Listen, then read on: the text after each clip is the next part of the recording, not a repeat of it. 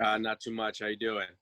I'm good, thanks. Yeah, sorry about the mix-up and everything. Hopefully I didn't push through your medical or anything. Hopefully I didn't put you in bad timing or anything like that. Oh no, we're all good. Sorry, fixing that right there. That's all right, We're Miles. all good. Alrighty. For anyone that doesn't know, Miles will be fighting Kevin Natividad on October 31st, Halloween. Yeah.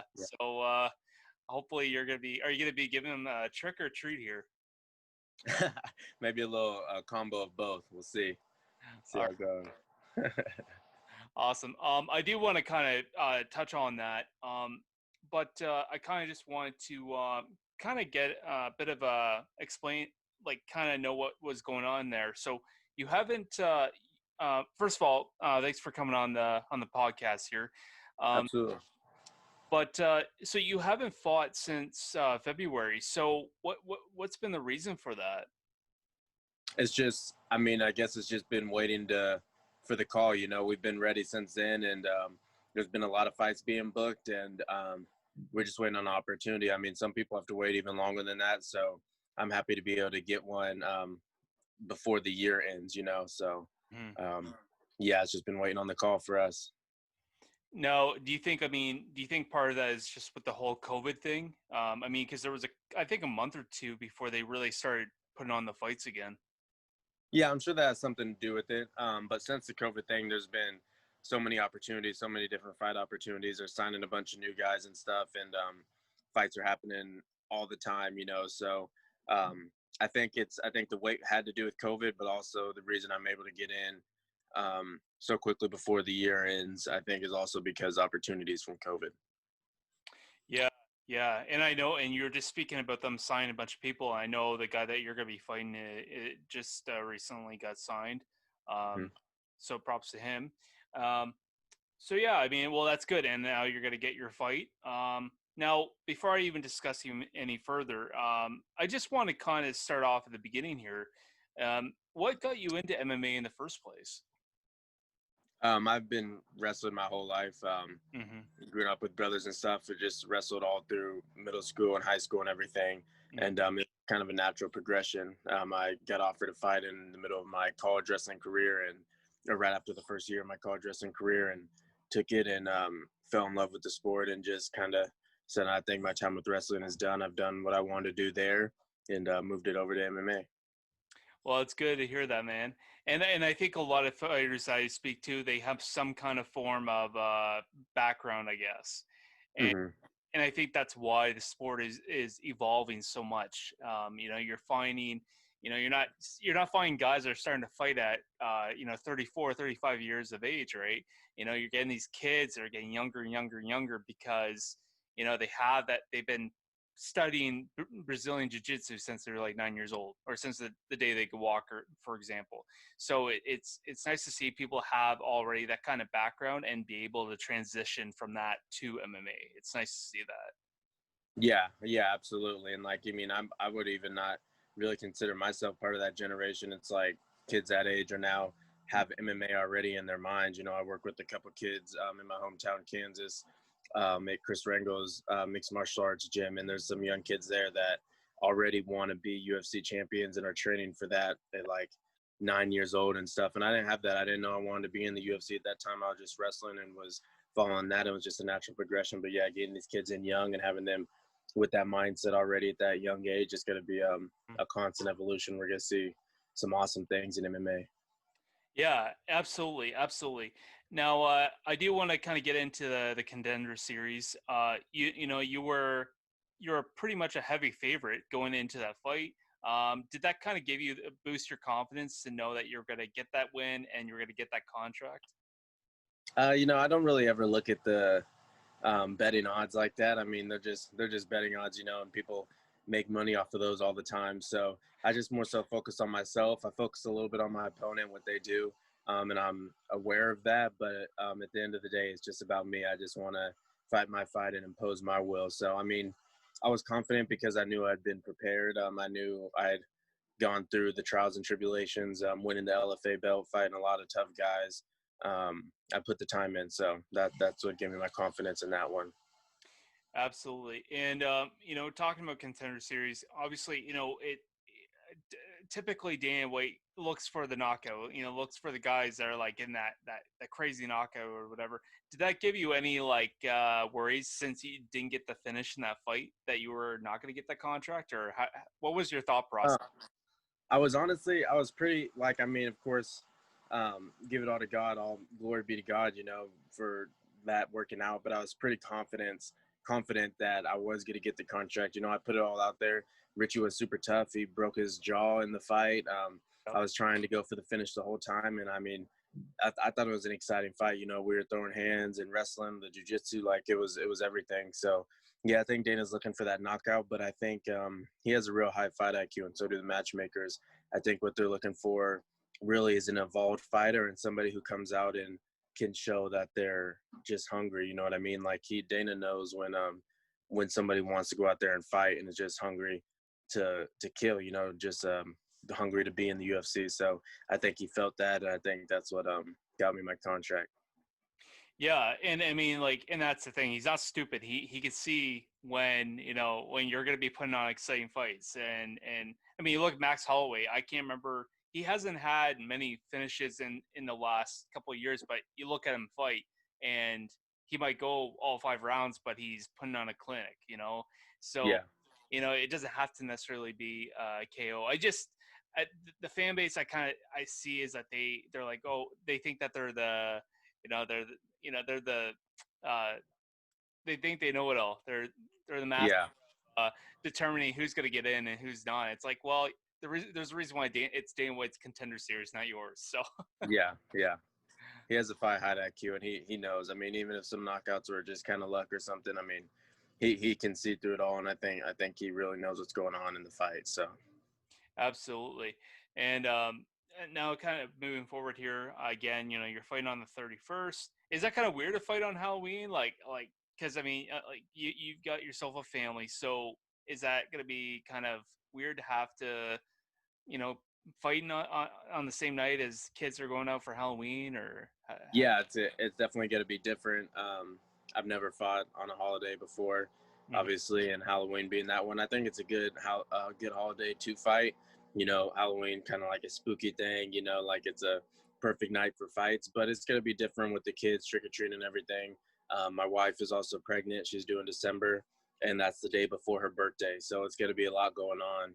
And we'll make sure. I mean, I'm luckily I'm home with the kids a lot throughout each day because I'm training and we have our golden doodle business here, but I'm home a lot, so I get to spend a lot of time with them, and we'll do everything that we can before Halloween, before I gotta leave out for Vegas, and then my wife and the in-laws will take care of them, make sure they get their trick or treating and all that in while I gotta go to work. So it's gonna be different, but we're gonna stick together and make it work, and I think at the end of the day, it's going to be exciting. Every time I tell somebody it's on Halloween night, they're like, "Oh man, that's awesome!" So um, I'm excited to be fighting on that. In the main event, Uriah Hall against Anderson Silva. I train with Uriah all the time, so it's good to always. And I've fought with him before in Canada, so it's good to have that experience and stuff. And we're going to be riding together for that.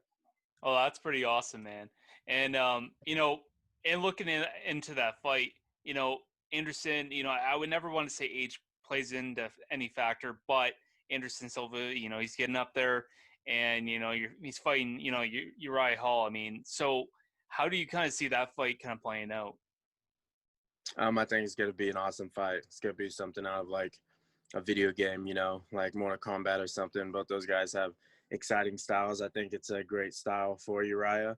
He's been working really hard, and his past two fights were going to be big fights that he was really dialed into, and they didn't end up working out with Jacare Souza and then Yoel Romero. Both of those fights fell through like on fight week or whatever. So he's been putting in the time, and Hmm. it's I think he has something great coming his way. When you make those sacrifices and stuff, he's been in like a fight camp for the past year and hasn't got to fight yet. So I know he's going to be hungry. I know he's going to be ready to go out there and showcase his skills. Age can play effect, but I also think that Anderson's, I mean, he defended the belt like 9 times. He's already made his name as one of the greatest of all time. And Uriah is at that level, but he hasn't had the credentials yet. So I think he's going to be a little more hungry. He has something more to prove definitely than Silva does. So I think that's going to play a big factor. Yeah, and yeah, like that's it's definitely gonna be an interesting fight. I think it was a good fight to put together. But I still think like Uriah Hall probably still has one of the nicest, like scariest knockouts I've ever seen. I'll never forget on Yeah. like a spinning back kick to someone in the face. Like, oh my god, Yeah. just, I never seen anything like it since then. Um, but yeah, it'll be a good fight to see. But enough of them. I mean, the focus is on you here. So, I mean, what's your prediction for your fight here? I mean, obviously you're not coming to lose. So, No, yeah, I'm coming to look for the finish. I'm just coming to fight my fight. Kevin's tough, but he doesn't have the experience. He hasn't been in the UFC cage. right. Um, and yeah, I'm coming to finish the fight. I don't think I'll be able to keep with my pace, and it's gonna be fun. It's gonna be exciting. Of course, and I mean, besides your recent loss, I mean, you pretty much have been on a crazy streak as well. So, besides if you take out your only loss, um, and him riding a five fight winning streak, do you look at that as kind of like someone's has to go kind of thing, or like how does that like do I you? mean, I don't know. I can't really take out that loss. I mean, that it made me as a fighter and stuff, and I think it's part of my story now. And I feel like a completely different evolved fighter since then. So I think it's kind of like my 2.0 story. I was on a 10 fight win streak, including amateurs, like 16, and yeah, it was just like I worked really hard for that fight, did everything, made sure every box was checked, and it still didn't work out. But that's the fight game. So I'm keeping that loss with me. It fuels me, and I know he's experienced something like that, but it hasn't been in a while, and I don't think he did everything that I went through everything that I did to get into the UFC. But I know he's game. I know he's tough, and yeah, it's just gonna be a whole different evolution. I'm ready. I'm excited to go out there and be free. That's awesome, man. And you talk about experience and how that can play a factor in the fight. Now, how do you see the fight playing out? Like, how do you? I would never ask a fighter to explain what they're gonna do or spoil their game plan, but like, How do you see the fight kind of playing out round by round? I mean, there's no telling. We both like to throw heavy leather. We both can wrestle and have grappling, so I think it's going to go anywhere. But I just think experience comes into play at the end of the second and going into the third round. When both fighters are tired, you're in the middle of chaos, and then one person makes a wrong move, and one person makes a right move. I think that's really when experience comes into play. And he hasn't swam in those waters yet, so when I'm in there making him swim, drowning him, then I think that's when experience will show and an opportunity is going to open up for me. Okay, okay. And what for your training? What have you been doing to prepare for the fight? Is there anything that you've been doing more? How has your training been different for this fight than other ones? We're just constantly evolving. I mean, if we're working heavy on one thing, and I mean, it's not really like even it changed much for fight camp. I've been training, prepared for a fight for the past 6 months, whatever, So it's just whatever we need to work on. If we've been working a lot on getting strong and being fast, whatever, then we work on cardio. If we've been working a lot on cardio and jiu-jitsu, then we work on box. Like we're just constantly evolving, and however my body's feeling, we'll adapt to that. I got a really good head MMA coach and Save Saud, and a really good strength conditioning coach and Michael Scation. And they're always making it personalized to each of us. We all got different things going on. Sometimes you can be a little beat up here and there, so we'll go around that, work different things. But yeah, man, we're just working hard, just putting in the time, putting in the work, and it's gonna pay off. Well, it's good to hear, man. And obviously you're fighting in pretty much the end of October, so November-ish.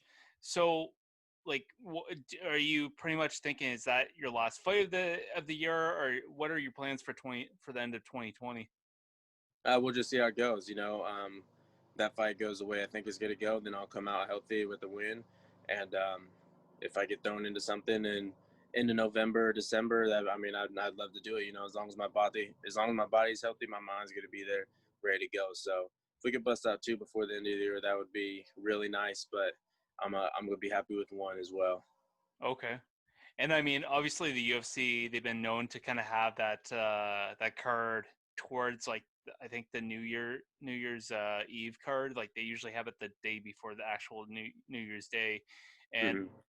so like, you think you'd be open to that too? Like kind of do a repeat, like. You're fighting on the 31st of October, so you could be fighting on the 30th, 31st of December here. Yeah, I'd be open to whatever as long as my body's healthy. I'm game to go. That's good, man. And kind of talking about fighting on Fight Island now, because that's where you're gonna be in Yaz Island. So, It's in Vegas. what's in Vegas? Oh, Yeah, that one's in Vegas. It's one of the ones back, first one's back in Vegas. oh Jesus! Oh my gosh. Okay, sorry then, but either way, you've had experience fighting on the Contender series. So do you think fighting with the no crowd's gonna really affect you at all, or? No, I don't think so. I'm used to it. It's just another fight, man. So I'm gonna.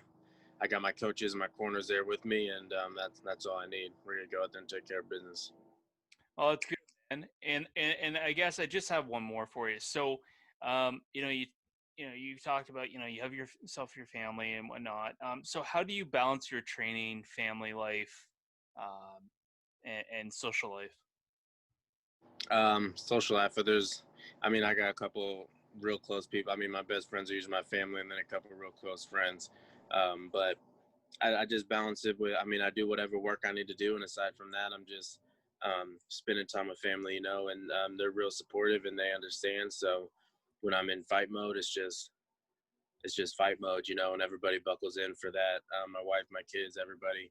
So I spend as much time as I can with them when possible, but my work comes first in fight camp and then family time, but it balances itself out, like it works itself out. We're a team. Me and my wife are a team, and she takes care of the things I can during that, and then when I'm not in fight camp, I take care of some of the stuff that she can't. So it works out well. I'm blessed to be able to be home and spend time with them and just train.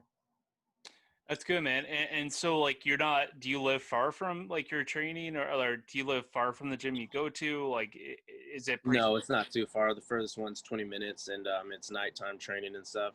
But Oh, I got a couple really close gyms too, and then I got a buddy who comes over. Rob Butler comes over and does mitts for me and stuff. So mhm. it's all right in this little area, and we make it work, man. It's a big blessing. I got everybody I need in my corner, and we're handling it. Well, it's good, man. I'm glad to hear that, Miles. I just want to, again, I wanted to thank you for taking your time to come on the podcast here. I Yeah. know you're pretty busy getting ready for your fight. So good luck with your fight, and we'll talk soon, man. Thank you. Have a good one.